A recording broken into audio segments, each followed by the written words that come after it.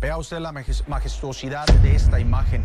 Es un mar de gente en las calles de Barcelona. Miles de habitantes de Cataluña participaron en una multitudinaria manifestación para exigir con banderas en mano independencia de España.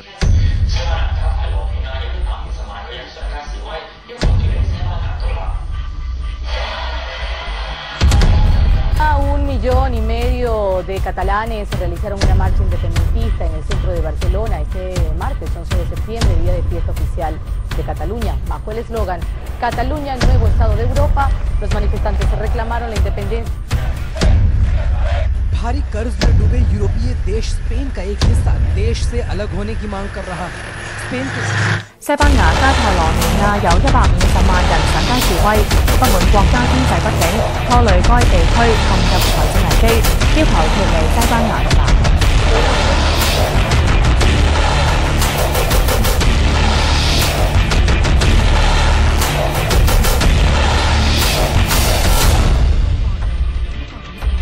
由于西班牙财困，因此全国最富有地区加泰罗尼亚星期二有150万人在首都巴塞罗那示威，要求加泰罗尼亚脱离西班牙独立，以免受中央拖累。